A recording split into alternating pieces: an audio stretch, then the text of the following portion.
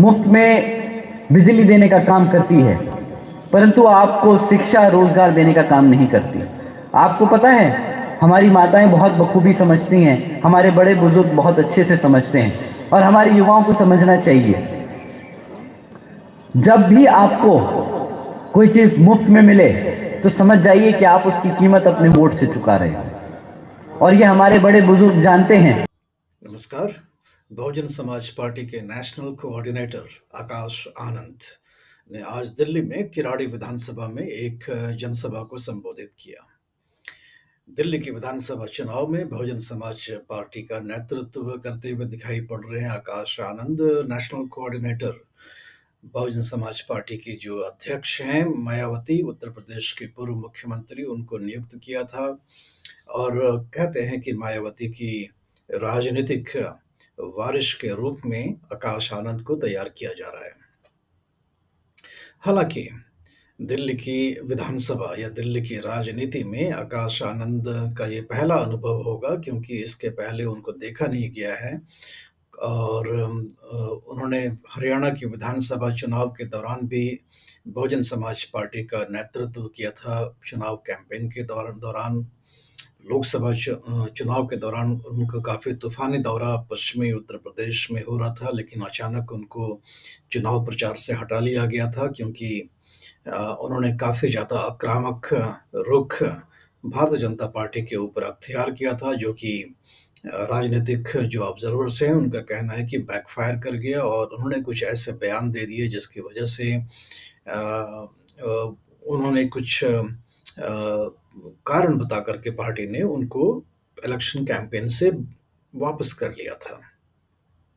मायावती का एक स्टेटमेंट भी आया था कि अभी परिपक्वता की ज़रूरत है, और चूँकि परिपक्व नहीं है इसलिए उनको कैंपेन में थोड़ा आराम दिया जा रहा है। लेकिन वो वापस हरियाणा के विधानसभा चुनाव में वो वापस चुनाव कैंपेन करते हुए दिखाए गए। और जो ट्विटर पे उनका प्रोफ़ाइल है उसमें भी लिखा हुआ है कि वो बहुजन समाज पार्टी के नेशनल कोऑर्डिनेटर हैं। तो राष्ट्रीय संयोजक बहुजन समाज पार्टी के हैं, तो ऐसा लगता है कि एक बार फिर से जो उनकी भूमिका थी और जो उनकी पहचान बन रही थी कि वो मायावती के वारिस के रूप में तैयार हो रहे हैं, वो दिख रहा है, क्योंकि दिल्ली का कमान जो है उनको सौंपा गया है। दिल्ली में हर विधानसभा में लगभग हर विधानसभा अभी हम नहीं कह सकते, लेकिन विधानसभाओं में उनकी जनसभाएँ हो रही हैं। और आज यानी कि 12 जनवरी को उन्होंने किराड़ी विधानसभा में एक जनसभा को संबोधित किया, और उनका दो तरफ़ा प्रहार चल रहा है। वो भारतीय जनता पार्टी पर भी आक्रमण कर रहे हैं, और आम आदमी पार्टी जो सत्तासीन है दिल्ली की राजनीति में, उस पर भी आक्रमण कर रहे हैं। वो कह रहे हैं कि ना ताजमहल चाहिए, ना शीश महल चाहिए, लोगों को चाहिए रोज़गार। ये उनका नारा है, और इस नारे के साथ वो अपनी चुनावी जनसभा को संबोधित कर रहे हैं। राजनीतिक हलकों में ये भी कहा जाता है कि बहुजन समाज पार्टी का जो दिल्ली में पहले कभी जो आधार हुआ करता था, वो खत्म हो चुका है।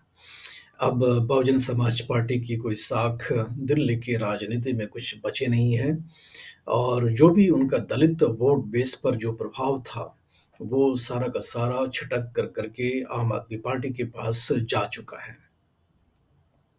क्या आकाश आनंद अपने खोए हुए दलित वोट बेस के ऊपर जो पार्टी का प्रभाव पहले था, वो उसे वापस प्राप्त कर पाएँगे? ये एक बड़ा प्रश्न है। इसका निर्णय जब दिल्ली विधानसभा चुनाव का निर्णय आएगा तब मालूम चल पाएगा। आकाश आनंद की राजनीति अ, पर भी एक प्रश्न चिन्ह है कि दलित राजनीति क्या वो कर सकते हैं? क्योंकि जो उनकी जो एक छवि बन कर के निकली है, वो छवि ये है कि अ, प्रोटेक्टेड, कुशन्ड और बहुत ही अच्छे से, जिसे हम कहते हैं पैम्पर्ड, इस टाइप के एक युवक के रूप में है, जिन्हें बहुत ही आराम सुविधा के साथ उनका पालन-पोषण हुआ है और उनकी पैरेंटिंग हुई है। हम जानते हैं कि उत्तर प्रदेश के पूर्व के मुख्यमंत्री मायावती की कज़िन के बेटे हैं, तो रिश्ते में भतीजे लगते हैं मायावती के। और मायावती का स्नेह इनके ऊपर काफ़ी देखा गया है, क्योंकि जिस तरह से जिस प्रेस कॉन्फ्रेंस में मायावती ने इनको नेशनल कोऑर्डिनेटर का अपॉइंट किया था और जो स्नेह और प्यार इनके ऊपर दिखाया था, तो उससे ऐसा लगता ज़रूर है कि ये काफ़ी चहेते हैं। और जिस तरह से दिल्ली के चुनाव में अकेले खुद ही पूरे चुनाव प्रचार को वो देख रहे हैं, तो ऐसा निश्चित रूप से लगता है कि उनको राजनीति में बढ़ाने की पूरी कोशिश की जा रही है। आकाश कि बिजली बंद कर देंगे, आप तो अनपढ़ रह जाओगे, आप तो बेरोजगार रह जाओगे, तब कहां से घर चलाओगे? ये हमारे समाज को अंदर से खोखला करने की सोची समझी साजिश है साथियों। हमारे समाज के बच्चों को पढ़ाओ मत, लिखाओ मत, रोजगार मत दो, इन्हें मुफ्त में डेटा दो, इन्हें मुफ्त में राशन दो, इन्हें मुफ्त में बिजली दो, ताकि इन्हें लत लग जाए, मेहनत करने की आदत छूट जाए। नाकाबिल बनाना है बच्चों को, तो मुफ्त में चीजों की लत लगा दो। साथियों, एक तरफ ये लोग आनंद को का लोकसभा के पश्चिमी उत्तर प्रदेश में जो चुनावी प्रचार इनका हुआ था, उसमें कोई खासा प्रभाव दिखा नहीं, और उसकी वजह से ये भी इनकी तुलना जो है चंद्रशेखर आज़ाद रावण के साथ करी गई थी, जो कि लोकसभा सीट जीत भी गए चुनाव वहाँ से, और लोकसभा के सांसद भी बन गए हैं, जबकि लोकसभा में उत्तर प्रदेश से बहुजन समाज पार्टी का इस बार के लोकसभा चुनाव में जो परिणाम आया, वो बहुत ही निराशाजनक था। इतना ज़्यादा निराशाजनक था कि अब बहुजन समाज पार्टी के जो फॉलोअर्स हैं, उनको ही लगता है कि शायद पार्टी अपना वजूद खोती जा रही है, और ऐसे में सीधा सवाल खड़ा होता है आकाश आनंद के ऊपर कि उन्होंने क्या तैयारियां की थी और क्या लोगों के साथ ज़मीनी संवाद किया था, और किस तरह से पार्टी को मजबूत करने का जो भी काम इनको दायित्व दिया गया था, उस पर उन्होंने क्या किया। हरियाणा के विधानसभा चुनाव में भी देखा हमने कि कोई खासा प्रभाव बहुजन समाज पार्टी का नहीं दिखा। हालाँकि थोड़े बहुत जगह इनको वोट काटने वाले छवि के रूप में देखा गया, और बहुजन समाज पार्टी का हरियाणा की राजनीति में एक वोट काटने वाले पार्टी की छवि बनी। और कहीं न कहीं आम आदमी पार्टी का आरोप है कि दिल्ली की भी राजनीति में बहुजन समाज पार्टी एक वोट काटने वाले पार्टी के रूप में ही दिल्ली की राजनीति में और चुनाव में प्रवेश किया है। उनका ये कहना है कि भारतीय जनता पार्टी को फ़ायदा पहुँचाने के लिए ये आम आदमी पार्टी का वोट बेस काटना चाहते हैं। इसका कारण ये है कि करीबन अमूमन ये समझा जाता है कि 20% दिल्ली के वोटर्स में, जो दिल्ली के जो मतदाता हैं, उसमें 20% दलित वोटर्स हैं।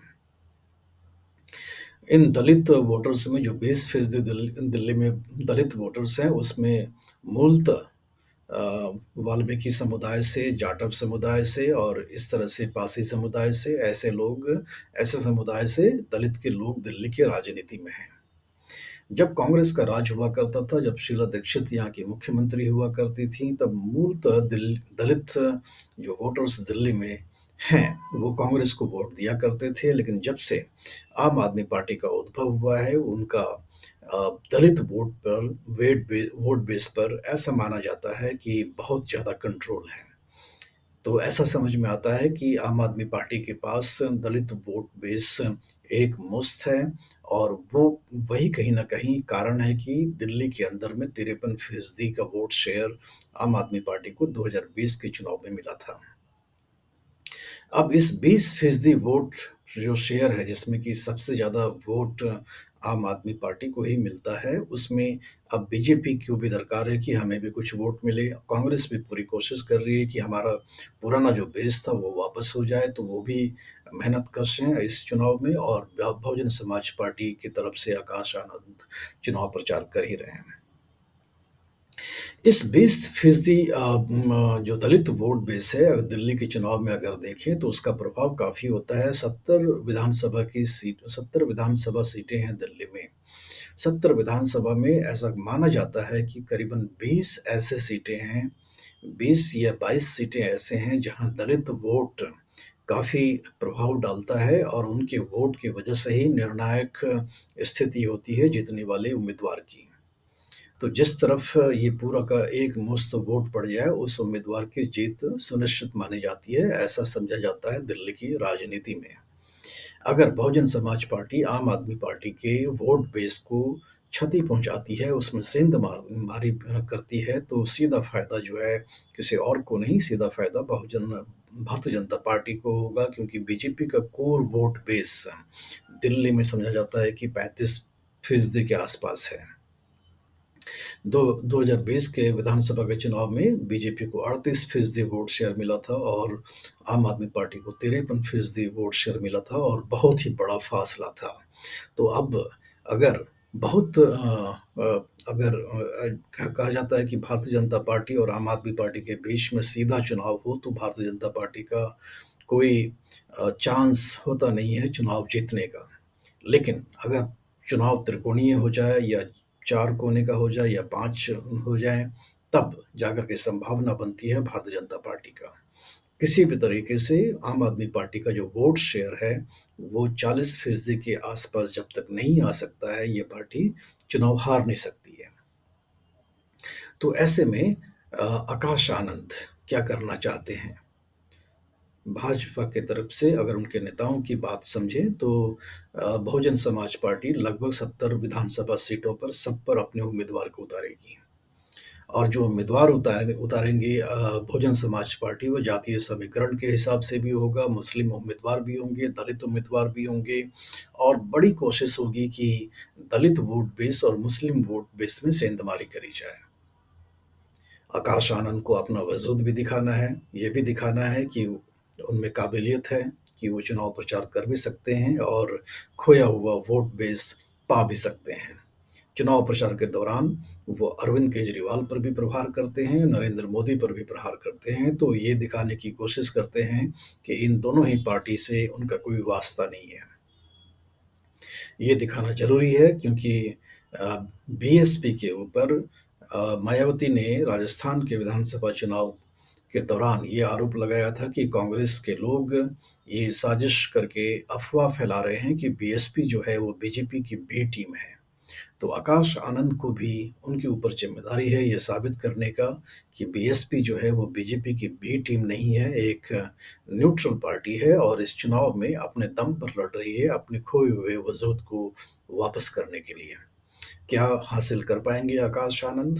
बीएसपी क्या हासिल कर पाती है दिल्ली के विधानसभा चुनाव में? ये आने वाला वक़्त बताएगा। इस विषय के ऊपर आपकी जो अपनी राय हैं, वो हमें लिख कर के आप कमेंट में बताएँ। वीडियो का लिंक अपने दोस्तों, रिश्तेदारों के साथ साझा भी करें और चैनल को सब्सक्राइब भी करें। धन्यवाद।